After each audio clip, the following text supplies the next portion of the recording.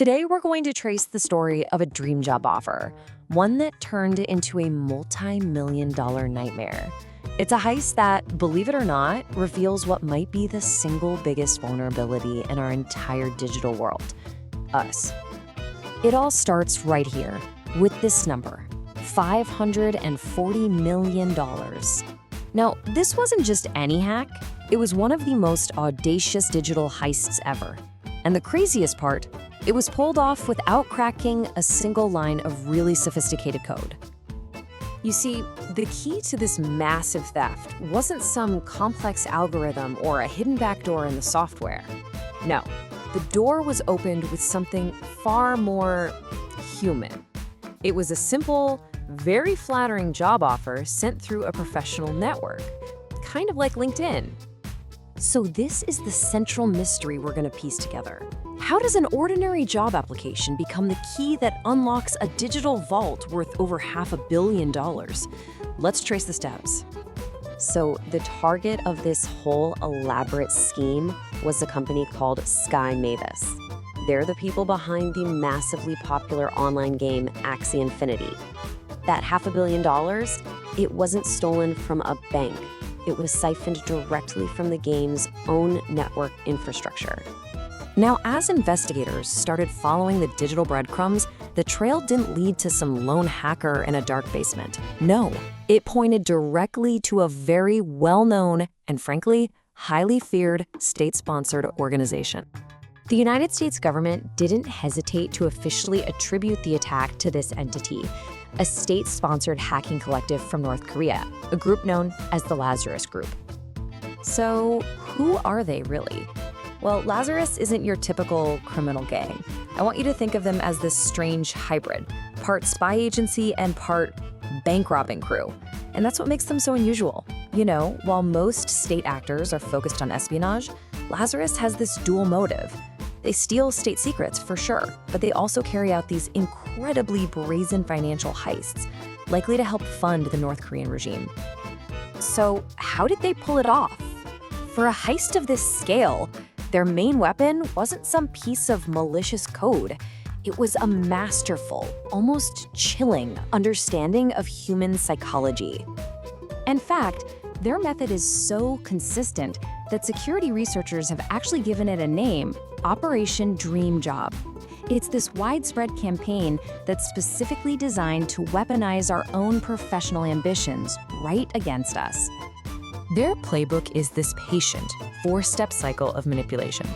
It always starts with reconnaissance, where they just meticulously study your public profiles to figure out what you want. Then comes trust. They create this really convincing fake recruiter, start a conversation, and build rapport. Once you're comfortable, they move to exploitation, sending a malicious file disguised as a legitimate job offer. And by the time you even realize what's happened, they've already reached the exit phase, quietly stealing everything they possibly can.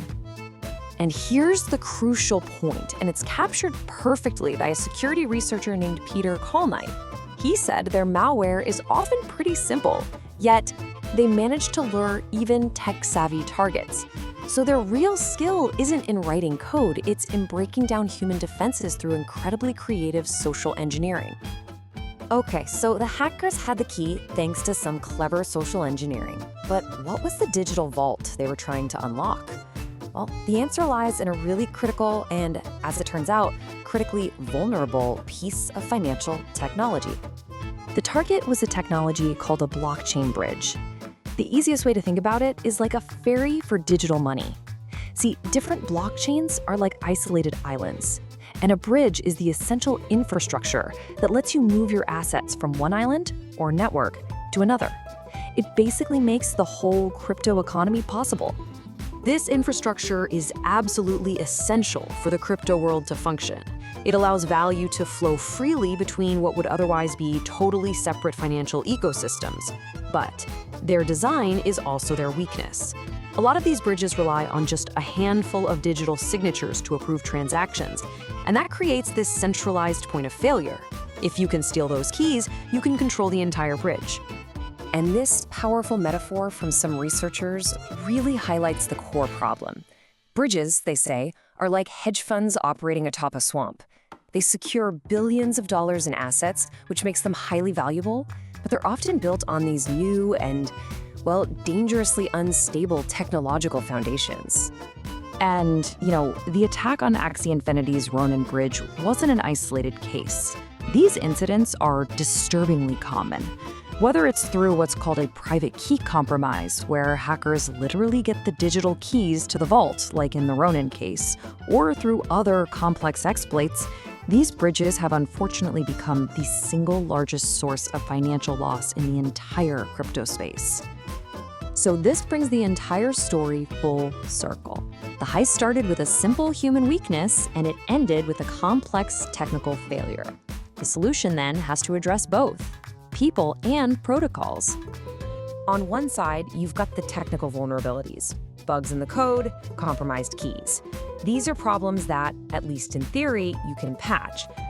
But then on the other side, you have the human vulnerabilities, our trust, our ambition, our occasional lack of suspicion. And those are much, much harder to fix. I think the key takeaway is this. Intruders know that no matter how strong the castle walls are, a human being will almost always be the weakest link. The most secure systems in the world can be completely undone by a single convincing message. And that leaves us with a final, kind of provocative question to think about. As our technology becomes exponentially more powerful, is our greatest vulnerability really found in the code that we write? Or is it something that's hardwired into our own minds?